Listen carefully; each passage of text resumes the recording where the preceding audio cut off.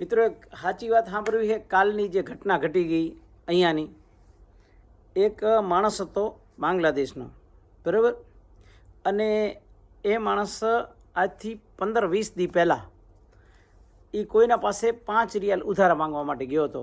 5 રિયાલ ઓમાનના, બરાબર. 1 રિયાલના 230 રૂપિયા જેવો ભાવ છે અત્યારે. ઓકે, તો એણે ના પાડી દીધી એક જણાએ કે ભાઈ 5 રિયાલ મારા પાસે નથી ને હું તને દઈશ નહીં. એટલે વાત થઈ ગઈ પૂરી. પછી આણે વિચાર કર્યો કે 5 રિયાલ મને છે ને એમને એમ તો કોઈ દેશે નહીં. એટલે એણે એક સ્કીમ કાઢી. એણે બીજા માણસને પકડ્યો કે એક કામ કર, તું મને 5 રૂપિયા દઈ દે એટલે હું તને 7.5 રૂપિયા દઈશ, બરાબર. એટલે સમજી લો ને કે તું મને 1000 રૂપિયા ઇન્ડિયાના દે એટલે હું તને 1500 રૂપિયા દઈશ. એટલે ઓલાએ દીધું કે વાંધો નહીં. પછી એમ કરીને એણે બીજા પાસે લીધા, ત્રીજા પાસે લીધા, ચોથા પાસે લીધા, અને એ બધા લોકો એને દેવા માંડ્યા. એટલે આ એને પાછો 1000ના 1500 દઈ દેતો હતો. એમ કરતાં કરતાં એણે 2 વાર 3 વાર એ લોકોને દીધા. એટલે આણે પાછા દઈ દીધા. પછી છેલ્લે એણે 2 દિવસ પહેલાં શું કર્યો, છેલ્લે એના ઉપર બધાને વિશ્વાસ આવી ગયો હતો કે 1000ના 1500 દે છે, બરાબર. એટલે એણે વિચાર કર્યો કે કામ કરો, હવે તમે મને છે ને અત્યારે કમસે કમ નહીં આપો ને તો મને 100 રિયાલ આપો.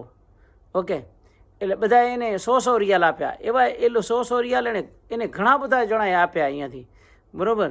હવે એ 100 રિયાલ બધા એના લઈ, બરાબર, ઓછામાં ઓછો ભારતના 20 લાખ રૂપિયાના ચૂનો લગાવી અને એણે વિમાન પકડી લીધું ઢાકા શમ કરીને, બરાબર. જે પહેલાં એણે બધાને ફાયદા દીધા હતા એ ફાયદાએ કવર કરી લીધા ને ફાયદાથી ઉપર 20 ગણો ફાયદો બીજો લઈ અને અહીંયાથી સીધો બાંગ્લાદેશ, બરાબર. એટલે મિત્રો, આ 1000ના 1500 રૂપિયા કોઈ દેતો હોય ને તો એની લાલચમાં ના આવતા અને આવી રીતના કોઈને રૂપિયા દેતા નહીં.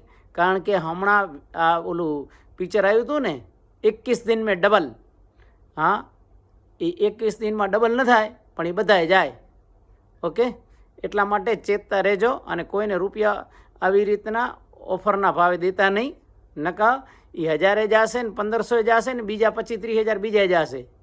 ભલે, જય માતાજી. આ વિડીયો તમને સારા લાગે સત્ય ઘટનાના તો આ ચેનલને સબસ્ક્રાઈબ તો કરજો, મફતમાં હે હાવ, બરાબર. વિડીયા ઘણા બધા જણા જોવે છે, વ્યૂ આવે છે 1000-5000 વ્યૂ આવે છે, પણ કોઈ સબસ્ક્રાઈબનું બટન નથી દબાવતું. હાવ ફ્રી છે, બરાબર. એકવાર બટન દબાવી દો, અમને મોટિવેશન મળે તમારા સામે કંઈક સારી વાત પહોંચાડી. જય હિન્દ.